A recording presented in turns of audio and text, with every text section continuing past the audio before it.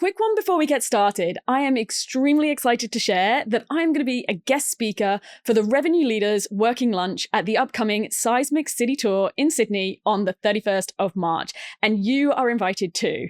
Not only that, a huge friend of the show, Julie Masters, who's one of our most popular guests of all time, is going to be leading with her keynote on leading with authority in the AI age. If you're someone who prefers more of a practical conversation over theory, this is absolutely an event to have on your radar. You can check out all the details in the show notes or just search Seismic City Tour Sydney and we will both see you there.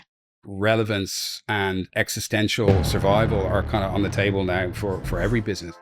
We've spent 15 years kind of looking behind the curtain to understand what influences people to make buying decisions, right? Everyone else is phoning it in and looking for the quick fix. If you get it wrong, it can absolutely lose you the deal. It's a hard market to lead in, and it's a big job that we're having to step up into. But that's why they call it leadership. If I was a sales leader at the moment, what I would be focusing on is... Welcome to the REV UP Rebellion podcast. Today we have got with us Cian McLoughlin back again, but this time he is talking about the latest research that has just come out with the Mood of the Sales Leader Report 2026 for the ANZ region. In this conversation, Cian is going to share with us the latest insights on what sales leaders are seeing, where the challenges are, where the opportunities are, and what we need to be focusing on in 2026. Cian, welcome back to the podcast. Thank you. Good to be here. By popular demand, I think you're the only person, to my knowledge, that's ever been back on twice. Oh. Super popular. Oh, I feel very privileged. So last time you were here, started with our favorite question of what's an idea that you want to rebel against or conversation you want to put on the table? Mm-hmm. And your answer, I think it was about 9 months ago, was who is not at the table. And we talked about the customer and having that conversation from your insights on win-loss analysis. Yep. 9 months on, you've just been part of the Mood of the Sales Leader report that has just come out hot off the press. Yeah. What's your answer now? I think, one thing that was really interesting from last year to this year was the surge in AI adoption from sales reps in particular, possibly less so from the companies they work for, but individuals just taking it upon themselves. I think the really interesting conversation that needs to be had is, if you look at the sales cycle, and AI is like sort of Pac-Man chewing away at, part, it's taking more and more. Which parts are humans going to continue to do into the future? And how do we develop our skill set to make sure we're doing a really good job there? Because if we start eroding all of this busy work at this end, that's great on the one hand, because it means in theory we have more time and we can use that time. But what are we actually using that time for? I think that's going to be really interesting. I think humans are going to be massively important, certainly more complex sales forever and ever, with the caveat that you have to be relevant, you have to be adding value. And so I think there's going to be a really interesting shifting dynamic over the next 12 months in terms of what can and should AI be doing and where are the humans really going to lean in? Yeah. And I think it's such a big conversation. So I think your report, the Mood of the Sales Leader report, was showing stats around like 90% of sales were using AI, but there was a conversation with only 34%, I think it was, feeling like they weren't getting the ROI they were expecting, and it was the minority. Yeah. So talk to me about that a little bit more, what the report showed, and then let's unpack Pac-Man. Yes, yeah. I think what's happened is, everyone has been told you should be using these tools and they're, dabbling and using it. I think, early doors, it was, okay, I'm going to use ChatGPT to help me improve my tender responses or how I write my emails. And then it was like, well, hang on, I can use AI to transcribe a meeting I've just had and then parse that into something really useful. And then it's like, well, hang on, maybe I can use it to help do a dry run before I present to a customer. And, there's a bunch of different tools emerging. So I think there's so many use cases popping up, which is great. What I'm not seeing is maybe a kind of a more holistic lens from the company saying, all right, we're going to use it in these areas, but we're intentionally not going to use it in these other areas because conversations around risk, I don't want to be using AI for that. Conversations around, commercial constructs and optionality, I don't want to be using AI for that. Conversations that are part of the discovery phase where, we get to know one another. Again, I don't necessarily want to be using AI for that. So I think that the kind of the broad adoption which is happening seems to be more led by the foot soldiers, the reps, people just going, I'm going to use it. I'm not seeing really clear strategic intent on behalf of big businesses to say, this is how these are the guardrails and this is how we're going to go about it. And I think they're probably getting there, but the next 12 months will be really interesting to see who leads in this area and who are the laggards and who follow and how that plays out. So I'm fascinated to see that. Yeah. Yeah, I love comparing notes on this. It's like the most fun thing. I think one I've really noticed the past few weeks, because we've obviously both of us been in sales kickoff season. I've noticed this massive sort of gap. So I can sit with one team. They've all got under the same leadership, same guidance. They've all been given access to Copilot or whatever it is, doesn't matter. And then you've got one person who goes, oh, didn't even know we had Copilot. How do you download the app? And I get attacked at coffee on like, Abbie, how do you download the app? And then you've got somebody else across the table, their colleague going, oh, I use it for this, and this, and super advanced. Yeah. And that gap for me, not just between, initially, I used to think about it last year more, gap between companies, i.e. who is like, last year, 2025 was like, AI is banned, you can't use it. In some companies and other companies were getting ahead. Whereas this year I'm finding it's actually between individuals in the team, because I'm seeing that not many companies are actually doing, like you're saying, some of the enablement around it to actually go, it's almost self-taught dabbling. And there's not then some of the knowledge sharing amongst team members. Yeah. Are you seeing that? And it's funny because you just said like the individuals within the team. And I think that's the crux for me. Sales has always been a bit of a kind of, not quite, but a little bit of a lone wolf. Like you get your quota, you get your patch, you either you make it or you don't. My belief is that like a rising tide lifts all boats. So if we're in a sales team, we've got to find a way to collectively share this. So, kind of one person learns something and how do we quickly disseminate that to the others and vice versa, so that we're all kind of lifting the level versus treating it as an individual, ostensibly in a team, but really I'm just doing my own thing. So I'm going to find the way that works best for me. And maybe I'll stumble over some really, really great AI use cases and I'll start to use those. That just doesn't make sense to me. There has to be a better mechanism. I think it's amazing that individuals are doing clever things and finding good use cases. But if your colleague sitting, next to you in the cubicle has the same need, but doesn't understand how to do that, and we don't have a mechanism to share that. And I think that's probably part of the challenge with the industry we're in, because we do tend to set people up to succeed individually.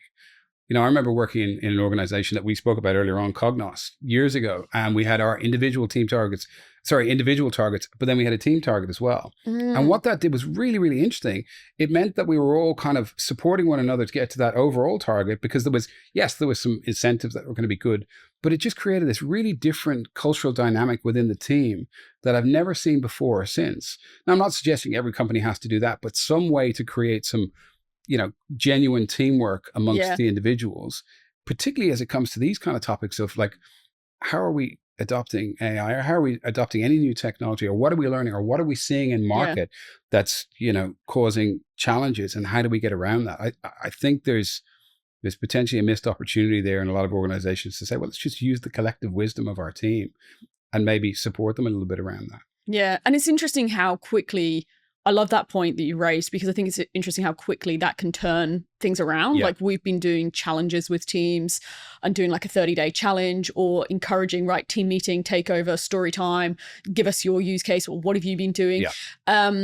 And equally so to your earlier point, which I really agree with as well, is like, where is it not a fit? Like we just had an interesting one for our business. I've been leaning into AI really heavily, but we were doing an event that was like invite only, and it was like just a small number of people and really personal and that sort of vibe. And then the team were looking at like an automated email out. And I'm like, that's the wrong fit. I was like, totally agree. And I literally spent hours personally writing every single message. And then for some people who we couldn't track down, we ended up posting like old school writing. I was like trying to use a pen again. Like writing I wrote handwritten cards, posted invitations, and we got a really good response from it. And so it's like, where do you use it? Where do you not? Well, so, okay. And this is a broader conversation now, because we've spent 15 years kind of looking behind the curtain to understand what influences people to make buying decisions, right?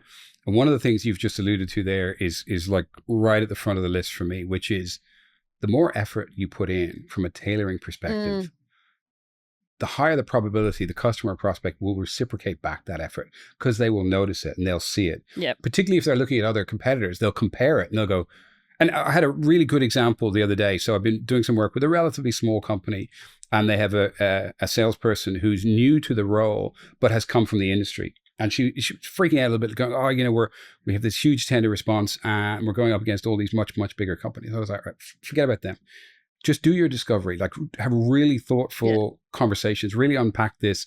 The customer they were pitching to had some problems with an implementation previously. So that says to me, risk, service, team on the park, and a bunch of other things. So they did an amazing job around that. Really, really thoughtful executive summary, win themes that flowed through, commercials that made sense in the context of where they'd come from. And then they did an exceptional presentation at the end. And then they won.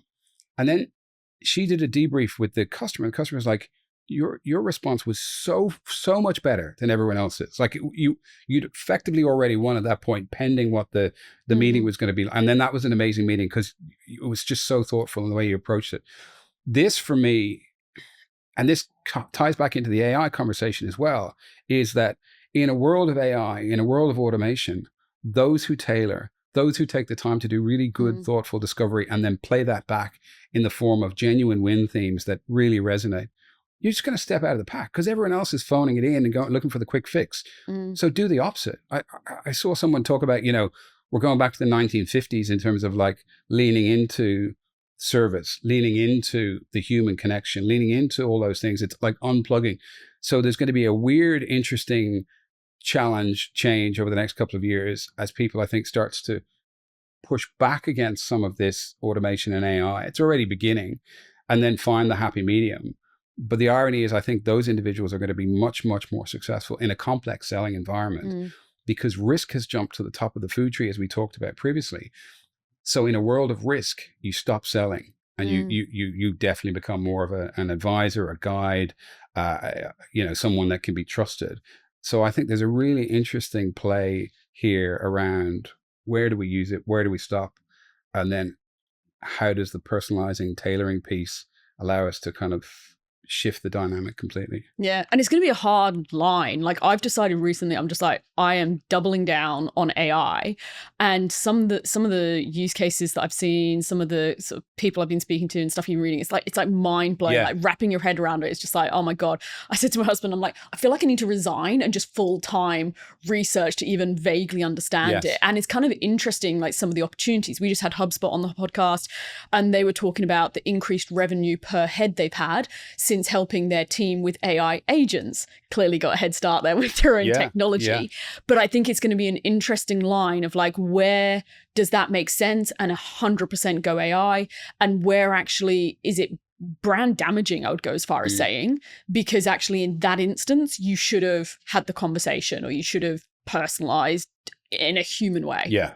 I don't think there's a black and white answer to that, but I do feel that as deal values go up, as there's more stakeholders involved, as there's more complexity, as there's more risk, that's when I think you start moving away from AI and automation, because it just doesn't lend itself to that. And you know, it's really interesting. So my business started as a consulting firm, and then we built a SaaS offering to do effectively win-loss via surveys. And now we've come full circle back to humans again, because what we found is quality, the depth of the conversations, you just can't use AI automation to get to that level of detail and nuance and granularity. And at the top end of town, that's actually what matters. And so I think each company will arrive at a position, hopefully, that makes sense for them in the context of their customer. And that's the most important thing. I think everything needs to start and end with what's in the best interest of the customers we serve. And if that's your true north, you shouldn't go too far wrong. Yeah, I think that it's going to be the biggest challenge, I think, for everyone. And the other part of that, I think, with AI is also what I'm hearing from everyone. Why have we not, like, we do a diagnostic with clients before we work with them. If you've got access to the AI tools, what's stopping you from sort of moving forward? Time to learn. And it's the same for all of us. Like what stops you going to the gym? What stops you doing whatever? Time. And I just feel right now the heat is on, that there isn't time to not prioritize it.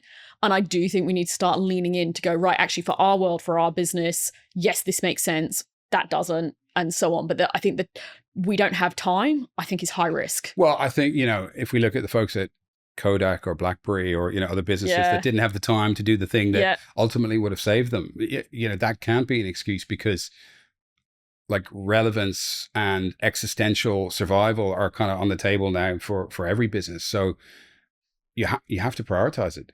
You have to say, where does this sit in the pecking order? Because also the unit economics of so many of these businesses are changing right now. Yeah. And so if you've got a competitor who's suddenly leveraging agentic to do a bunch of their heavy lifting, and it's changing their cost-based model, and all of a sudden they can do things at a fraction of the price. So you're looking around going, what happened? Well, what happened was you didn't lean in sufficiently to recognize how your own industry is being disrupted. I think it's going to be really interesting to see who gets left behind. And ironically, the smaller businesses, the boutique, the challengers are in a better position, because it's just so much easier for them to turn the small ship than it is to turn the big ship. 100%. Yeah.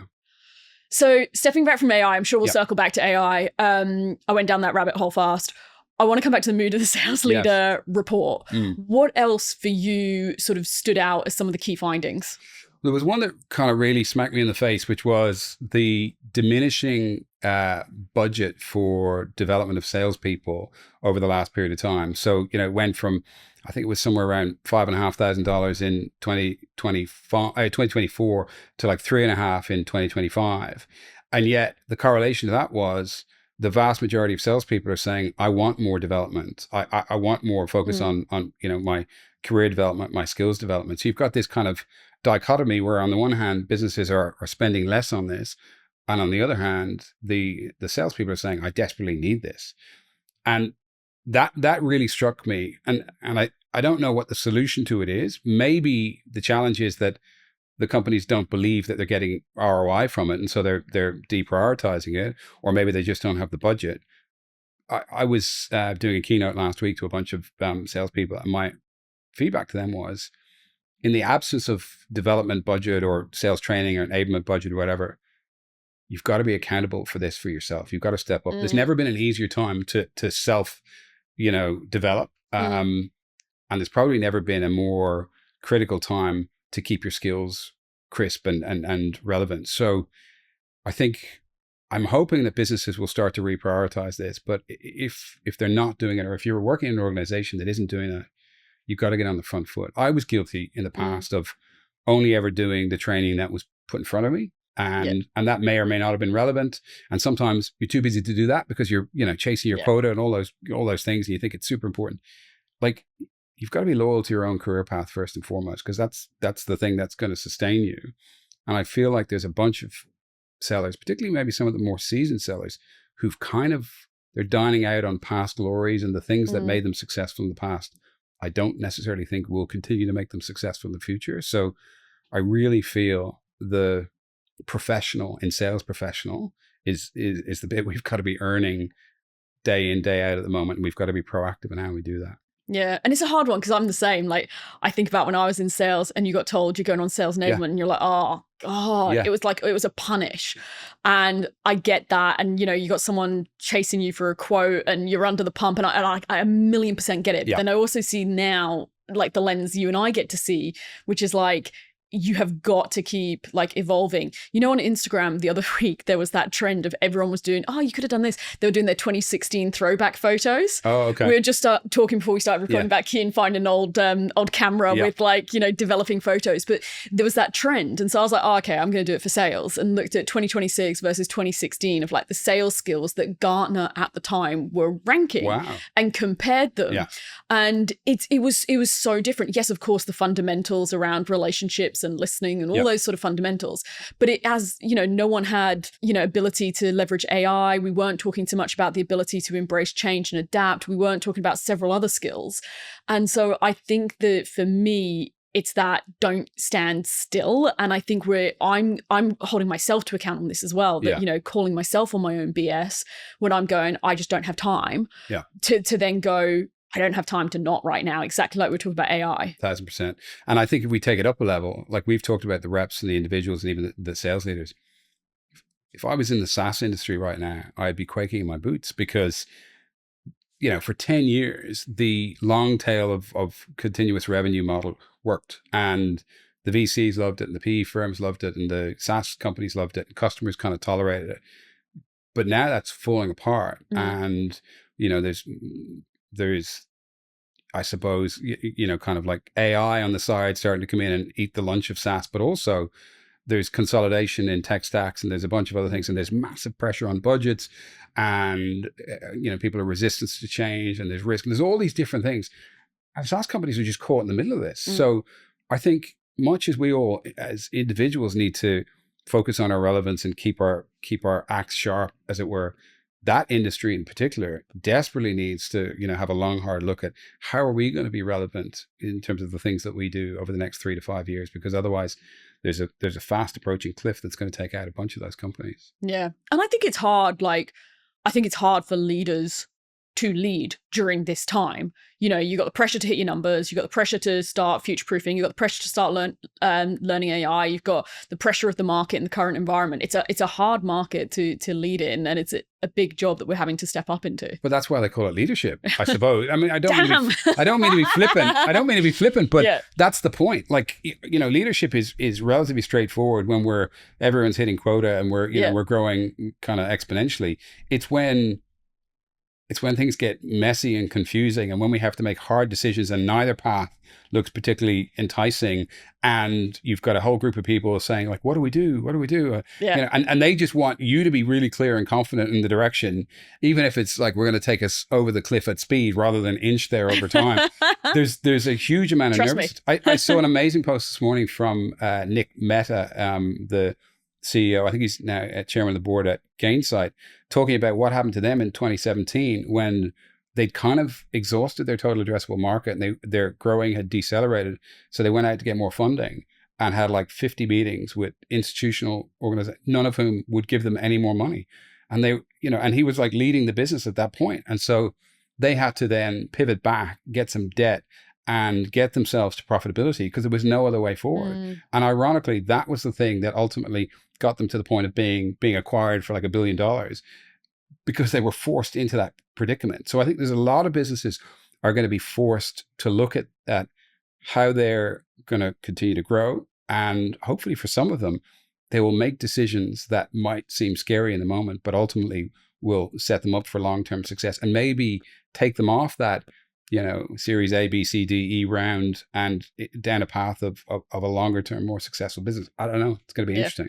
And I feel like at the moment, we're almost having to create, I don't know whether you feel like this, but I have moments where like what's going on right now, because even when I think about my business, when you're thinking about your business, it's almost sometimes paralyzing to be like, oh my God, like the way it's moving and the speed and keeping up to date with it all and to go this way or that way. Yeah. And it's actually been interesting. I've been reflecting a lot about the likes of Bill Gates and so on, who used to take themselves offline to a cabin with no technology and actually, you know, creating that time and space to go, it's going really fast, but it's almost that, what's the book? Like the fast to go slow, slow to go fast, other way around. And actually taking a moment out of the madness to consider before you move.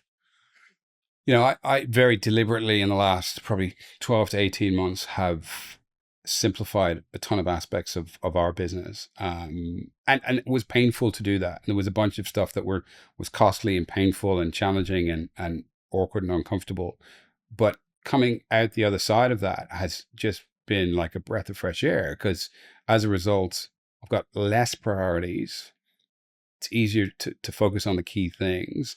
And you know, that's the thing about focus. Once you get really clear, it's just a hell of a lot easier for everyone internally in an organization. So I think this comes back to what we were talking about in relation to leadership. Leadership is about, you know, picking the 2 or 3 priorities, being really clear, and then articulating them and continuing to do it in a way that, you know, everybody gets on the bus and we're all heading in the same direction. And I think one of the things I've realized over the last period of time is I have a much stronger belief in my gut feel than maybe I had 10 years ago, where I was like, you know, it was almost paralysis by analysis. I need the data before I can make a decision. Now I'm like, you know, I have a strong sense that this is going to happen, or this is the right decision, or whatever. And let's make that decision and not kind of agonize forever and then just back it in and then see how you go. So there's always going to be an element of that in running our businesses or running big global businesses. you get, yes, absolutely, look at all the facts, but ultimately we've got to make a call. And I think at the rep level, that's happening as well. Yeah. There's a ton of noise. There's a million different things. There's what's happening in the macroeconomic climate. Yeah. Why have budgets stopped? And why are so many stakeholders now required to sign off a 50K deal? And why do I have to do all these internal, like there's so much noise. But to your point, you've got to carve out the space to kind of, to breathe, to think, to make good calls in the moment, to earn the right to progress through to the next stage of whatever the decision-making process is. And that's challenging, but I don't think it's going to get any less busy and noisy. Yeah. So you've just, that's about kind of put on the oxygen mask first before you worry about everyone else. Get your health, your development, your, well-being focused, and then everything else can happen after that. Because what we tend to do, and I think salespeople are super guilty of this, is we prioritize everything else first. Yeah. And then if there's a little bit of time left at the end, okay, maybe. But invariably there isn't that time left. And so we're the ones that kind of miss out. And I think given the high stress, high stakes nature of what we do, we've probably got to invert that a little bit. Yeah. And it's a hard one, because you also think, like, I remember being like, oh yeah, but I'm not going to burn out. Like, it won't happen to me. You kind of obviously think you're completely and utterly bulletproof. And I had someone who I worked with at IBM always used to say to me, Abbie, we're not saving lives. Like, when you are burning, the oil and, all the rest of it, we are not saving lives. Yeah. Other things that I thought were interesting around the report, there was a point around pricing of, and tell me if I got this right, around you're not going to win on price, but you will lose on price. Yeah. And I had to read that a couple times and drink a bit more coffee, and then I got my head around it. Talk to me about that. So this certainly goes back, and it supports the research that we've done and the win-loss reviews over 15 years. Like, product and price are super important at getting you from the long list of potential vendors to the short list of probable vendors, if you want to look at it that way. But at that stage, usually price and product gets parked. It's a tick in the box. And like, okay, these three can all do it. Pricing, they're in the ballpark. And so we move on. But the challenge that we see again and again and again from a pricing perspective, excuse me, is that people are ambiguous around pricing, or it's confusing, or it feels inflated, or it doesn't make sense in the context of what the customer judges their need to be, or there's friction or frustration around the pricing conversation. And so it starts to raise red flags for customers, even at that early stage. So if you do it right, you'll get the tick from it's in the right ballpark perspective, and then you'll move on. And so it's not going to win you the deal, but it won't lose you the deal. But if you get it wrong, it can absolutely lose you the deal early on in the piece. And so, the advice we're giving to all salespeople is just like, do the work to make sure it's clear, unambiguous, it's crisp. There's no gotchas. There's no, obvious red flags. And then, you'll get through to the next round, and then you'll hopefully win for all of the reasons you intend to win for. But if you don't do that right, you can lose super early. Yeah. Which is interesting, because it's partially connected to your point of the report was highlighting that the biggest internal gap, and you mentioned it before, was business development. Yeah. So actually, if you're lacking some of those skills, then that one's a really challenging situation. Well, it is. And also, I mean, there's you would know this, there's nuance in that, because if business development is outbound cold calling, or, really kind of pounding the pavements or knocking on doors, then it's harder from a pricing perspective to sell to those kind of customers than it is to sell to people who are inbound, who found you, who already have a need, who've put you on their long list, because they're coming in at a different stage of their buying journey. They've identified they've got a need, or something has happened internally in their business. But if you haven't done the work from a marketing, from a content perspective, that they're finding you, then we're kind of back to the 80s, the 90s. We're like, okay, everyone hit the phones. We desperately need business development. Like, that's a very binary, short-term, and probably kind of, old school way of thinking. We're gonna fill our funnel. We should have 7 or 8 strategies that are all kind of operating in parallel to bring inbound opportunities and to do some outbound as well. So I think, that's a real challenge. And I think the other thing that's changing so fast is, you just said there about how they find you. Yeah. Since we last caught up on the podcast, if I look at us last quarter, I was gobsmacked when I looked at our data, and our biggest source of leads and highest converting was people finding us on ChatGPT, LLMs, and search.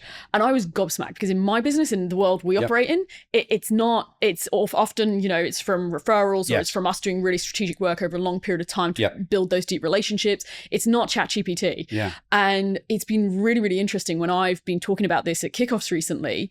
I've had a lot of enterprise, IT, big end of town go, yeah, we've had the same. Yeah. And so people might make an assumption, oh no, ChatGPT is just if you're buying a $100 whatever. Yeah. And we've had other people on the podcast talk about it actually as well, how it's showing up in enterprise deals. Oh, 100%. I mean, I've had multiple inbounds. I'm like, just out of interest, I searched in ChatGPT. And like the first couple of times that happened, I was blown away. But I mean, you mentioned HubSpot earlier on. I was reading some research. I think one of their top 2 or 3 sources of leads now is ChatGPT and AI in general, because they've optimized their content for that to be found that way. Whereas in the past, we were optimizing for Google, for example, or whatever else, or we weren't. We were just putting content out in the world, and then the ripples were going and hitting the shore and coming back. But I think, we have to recognize that a lot of people now, instead of going directly to Google, will go to Perplexity or Copilot or ChatGPT or whatever.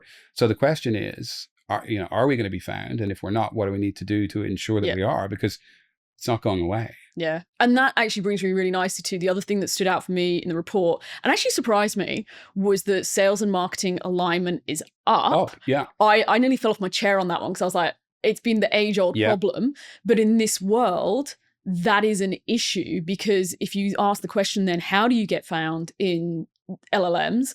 It is a multitude of things, whether it's your YouTube, whether it's your blog, whether it's your thought leadership, whether it's your LinkedIn, and the sellers, in my opinion, have to be part of it. So talk to me about some of the research there that you found. Yeah. I was really pleasantly surprised to see that. Yeah, I fell off my chair. Because that has literally been one of the biggest challenges, the kind of the divide between the two, and the frustrations that sales have had for so many years, that marketing are giving us like marketing qualified leads, which, you wouldn't wipe your butt with because they're so, and it's like, and all of these like issues and challenges. And then rarely you see an organization where they're joined at the hip and they're working really well together, and they're aligned in terms of both their, their metrics, but also their goals.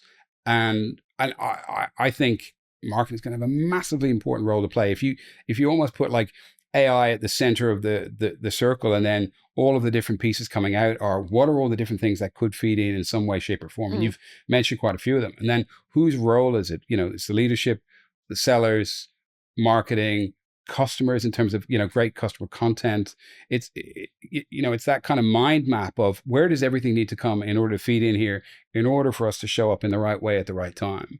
And I don't pretend to know all the answers to it, but I think they're the conversations that need to be being had now, because, there's going to be a lag between when you start doing this and when you actually get picked up and found. Yeah. And, ideally you would have started 9 months ago or a year ago, but if you haven't, you should start tomorrow. Yeah. And it's interesting. You said there, whose role? And I think that's been a conversation for a while, but as you just said, I think the urgency's increased on it, because I think the sales role is being redefined to go, well, hang on, I do need to be putting out, whether it's thought leadership on LinkedIn or, you're an example that I think is a really good one, LinkedIn. I think they do this really well. One of LinkedIn's sellers, I was speaking at a conference, and part of what we were going to talk to was LinkedIn. And I was like, you know what? Come and talk with me. Jump on stage with me. Let's do a section of this together. And, sales guy did it. He's come on my podcast. He's been a guest on different things. He puts out decent thought leadership. Now, I think historically you would have said that was the role of the CEO or marketing or whatever. Yeah. The lines are blurring, aren't they? 100%. And I've seen many examples of that now over recent, particularly with maybe, the younger generation who are much more comfortable playing two roles. So I'll be an AE, but I'll also be kind of someone who's providing thought leadership, or I'll share. And organizations being comfortable allowing them to do that. And there's always going to be some challenges around what do we share and what's your voice versus what's, but I think instead of getting hung up on that, they're like, well, let's just get started. Let's just see how it goes. I think that's amazing, because it builds the individual's brand. 100%. But it also speaks volumes about the organization and their willingness to let their people talk openly and frankly and candidly, and make the odd mistake, as they will from time to time. And I think there'll be more and more of that because it's engaging content. For the most part, it tends to be more interesting than the bland vanilla stuff that often gets shared and just disappears down the stream and nobody really reads, engages with. I was asked on one occasion, how do you know if your content is like good content? We might have talked about this before, so probably apologies if people are watching this going, Cian, you said that before. But I remember saying at the time, like it has to hurt a little bit to give it away because it feels like a bit of IP or a bit of secret sauce or something that's like of genuine value. Because then if I'm watching it or reading it or listening to someone and you're like, actually, that was really good. That was actually really interesting. I'm going to save that. Or I often email it to myself and I'm like, oh, I really want to read that again. Follow that person, share their post to your network, whatever it might be. But it's invariably content where I'm like, wow, I learned something there. That person is someone I want to listen to. It's very rarely that's a company I want to listen to again because it's almost always coming from an individual, albeit within the context of a company they work for. Yeah, the best rule I've heard on this was Julie Masters, who says that for something to go out of her organization, and obviously Julie specializes in influence, so she sort of got a high bar on this one. It has to be a keep it or a share it. So if I read, nice. I do it with some of yours, right? If I read your post and I go, oh, that's good, I'm going to share that with someone because I think they'll find that interesting, or like, ooh, I'm going to keep that and refer back to it. And what's interesting about that is, certainly from a LinkedIn standpoint, it's actually rewarding that now. LinkedIn added saves, and then my understanding is that then influences the algorithm as well of, if I think that's interesting, exciting enough to stop, dwell, save, that's showing that, that's pretty interesting. Let's share that with some more people. I quite like that architecture, stop, dwell, share, save. Yeah, it's a really good way to think about it. Yeah, I'll write that down, so I'll use that later. Yeah.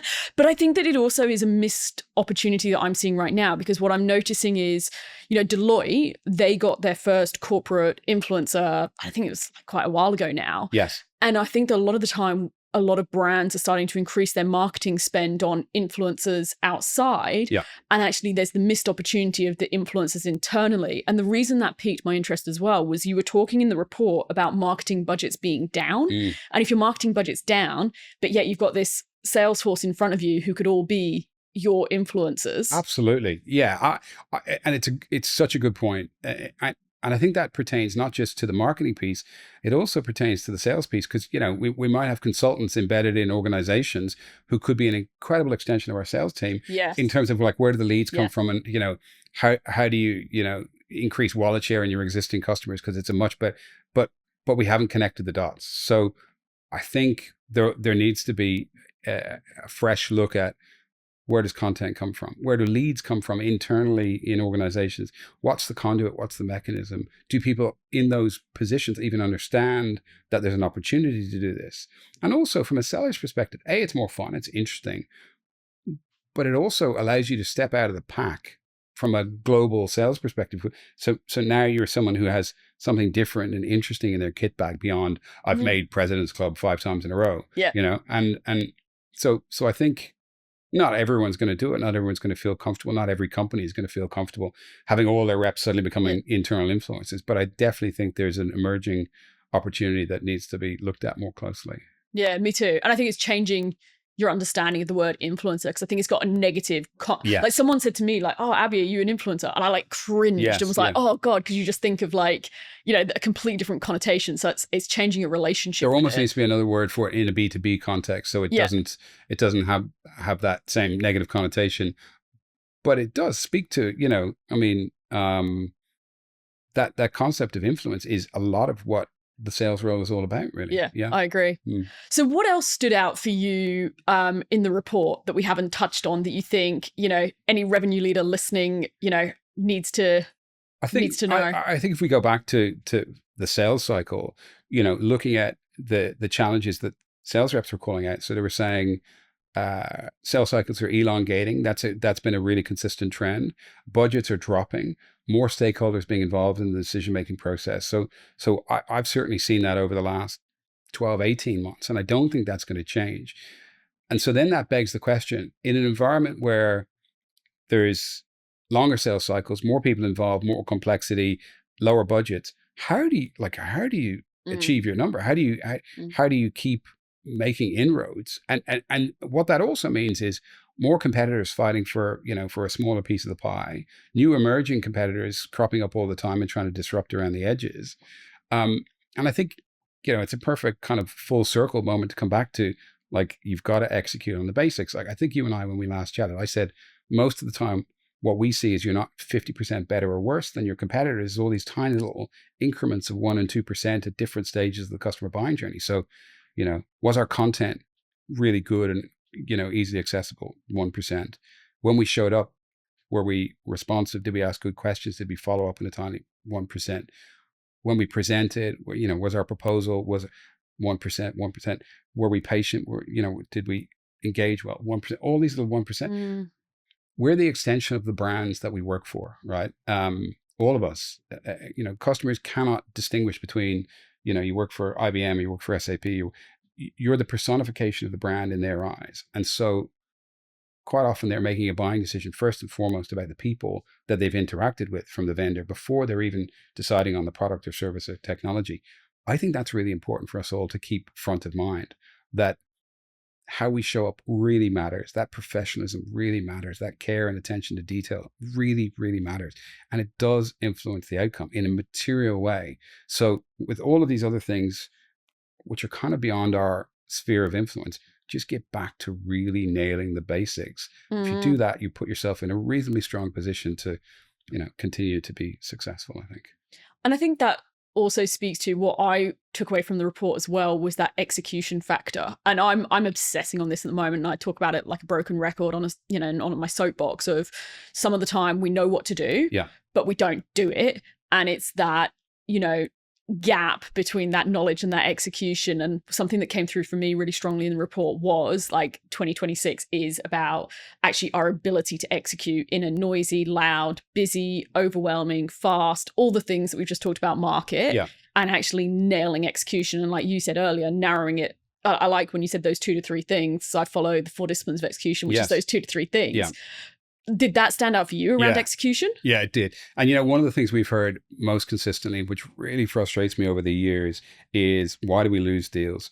We were perceived to be unprofessional. And in my experience, it's not that individuals are necessarily unprofessional. It's they're spinning too many plates. They've got too many balls in the air. They've got too much stuff going on, and things start to slip through the cracks. Or we start using AI and automation to try and, carve us out a little bit of extra time, but we don't sanity check it and things slip through the cracks. Or I don't know if you've been on the receiving end of emails that are clearly written by AI, by someone who that's not how they speak. And you're like, well, like it negates the whole reason they've sent you the email, because you're like, that's just been written by AI. Or posts we're seeing on LinkedIn all over the place, or comments. I can't even understand. Why would you use AI to comment? It just makes no sense to me. So deciding where we should use technology to improve, expedite, do our research, that's perfect. But equally deciding where we want our own voice to remain, and avoiding this just clunky usage of AI without even kind of fact checking or without voice checking.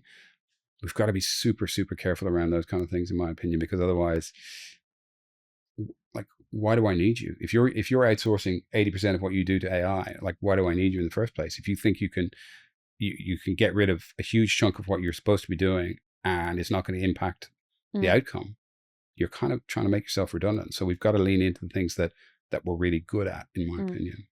On that note, it's an interesting timing. As we're recording this, only a few days ago, Microsoft's CEO of AI, I don't know whether you read this, it's all anyone's talking about, made the sort of statement around the white collar jobs, and that within the next few years, that's going to be not even the next few years, 12 to 18 months, a lot of those white collar jobs are going to be able to be fully automated by AI. And then that sort of sparked a heap of conversation around, are we going to have mass redundancies? Obviously, your report showed, 90% of teams are now using AI for sales, but we've just talked heavily around complex B2B sales, actually there being a difference. What's your take on that whole conversation where, are we all going to get laid off? And that sort of, there's a lot of fear, I think, around that. And I think it's impacting the AI adoption. I interviewed some senior leaders not so long ago from a variety of different organizations, all around kind of a dinner table. And a couple of them were from universities. And one of them said something which really kind of hit home for me. He said, we can't graduate students at the level we previously graduated them because in the past, they would have taken year 1, year 2, year 3 internships in organizations. Mm. All of those roles are effectively becoming AI first. So the jobs, the expectations are shifting to AI. So we've now got to be trying to graduate people who are at year 4 level as they're coming out of university. And I was like, oh. And so I think it's, look, not trying to be doom and gloom, but I think it's going to be really, really challenging. There's an awful lot of kids who are finishing school, finishing university, an awful lot of concerned parents going like, what are they going to do? And I remember 12 months ago, everyone was like, oh, become a mechanic, become an electrician, become a carpenter. There's a finite number of those that we can all have in society. But if there's even a 5% reduction, 10% reduction, I don't know, it's going to be really, really interesting. And, what people are saying, I heard the CEO of NVIDIA say this recently, where someone said, who's the smartest person you've ever met? And his response was, rather than say one person, it's what's the skill set? He said, it's folks who operate at the intersection of technology and the humanities effectively, which kind of sounds a bit like Steve Jobs.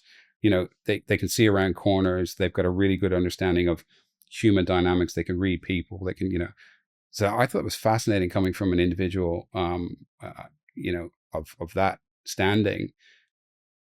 But it's really interesting to say, what do we advise our kids to do? And how do you stay relevant and have a career? I don't know the answer, but I think the question is one that we need to solve for, because otherwise we could be in a really challenging position where you and I have both seen it. There's a lot of big companies around the world have been quietly reducing their headcount and reallocating for different purposes. Somebody needs to say, this is what we need you to study so that when you come out, there'll be a job for you. And there's a career path for you for 5, 10, 15, 20 years. Because not everyone can do a side hustle forever. I don't think that's realistic. So yeah, it's interesting. It's definitely hard. My husband and I talk about it. He's got a 7-year-old. And you're like, don't really know what skills you need. But I was listening to a podcast, ironically, in the car on the way here about this exact thing. And they were giving the example of lawyers, saying if you were a junior lawyer, you'd be asked to go read all this stuff and come back on it. Whereas now you'd get AI to review it. Harvey.ai, I think it's called, the legal. Yeah. And but then the junior who comes in would actually be required to then go through that and then have the human layer of, is that right? Is that wrong? Which is a hard thing, because when you start, you're actually going through the process of going, I don't know, is it right or wrong? So I definitely think that's going to be an interesting one. And from a sales perspective, you did learn a lot. Like when I went through the grad program, and I was glued to someone's hip for 2 years, and you are, putting in the pricing and you're writing the email. You learn a lot through that process. 1,000%, yeah. And I actually think even before the advent of AI, we'd kind of dropped the ball in relation to the onboarding of young sellers. And it was like, here's your laptop. We're giving you a week of product training. Here's your patch. Here's a phone. Off you go. It's like, you're just dropping them in the deep end. And, not only is that a terrible kind of from a sink or swim perspective, but it also doesn't speak, volumes around your brand either. Because if you're prepared to just let people march out there and kind of shoot from the hip, it doesn't really say that but I think in the SaaS world, that's what was happening. It was like, right, we want to scale. So just get tons of bums on seats and we'll throw money at it because we're VC backed, and we'll go for growth and, hockey stick and all those kind of things. I think that there's a brave new world. That's not the approach in this day and age. So it's going to be really interesting to see how that plays out. So if you had any final thoughts on highlights from the report, or whether it's in your work of win-loss analysis and what you're seeing, if you had final thoughts for revenue leaders of one point to sort of leave people with, what would it be? I'm putting you on the spot now. Yeah, one point that sums up everything we've just talked about. One point that covers world peace. If you could do that for me, that would be amazing. I actually, something you said that really struck me, Abbie, which is like carving out the time to be deliberate in what we're doing, I think is probably the critical thing we need to do. Like people say sales is a numbers game, and I think it is to some degree, but customers don't want to be seen as numbers. So I think less about pure activity and more about like really good activity that leads to the outcomes that we're hoping to achieve. I think that's what if I was a sales leader at the moment, that's what I would be focusing on is, in order to be successful at the end, we need to work back through all the steps of the process and do a really good job, be crisp in our execution at each of those. So I'd be looking at, the entire customer buying journey and saying, like, how are we showing up in each of those stages from a individual perspective, from a content perspective, from a responsiveness, quality of our assets, everything, and look for the invisible friction, sacrifice the sacred cows from old processes that aren't working for us anymore and don't serve our customers, and just really support the team to then execute in a deliberate and a considered fashion. I think you do okay. Yeah, I love it. Love it. Thank you, Cian. I loved having you on. Every time you come on, I'm like, but I have 12,000 more questions. So I'm sure we'll have a part 3 soon. And thank you so much. Absolute pleasure. Thank you, Abbie, for having me. I hope you enjoyed that conversation with Cian as much as I did. If you want to get your hands on the Mood of the Sales Leader report, then the link is in the show notes for you to download. Before you go, please don't forget to subscribe because we have got some incredible guests coming your way.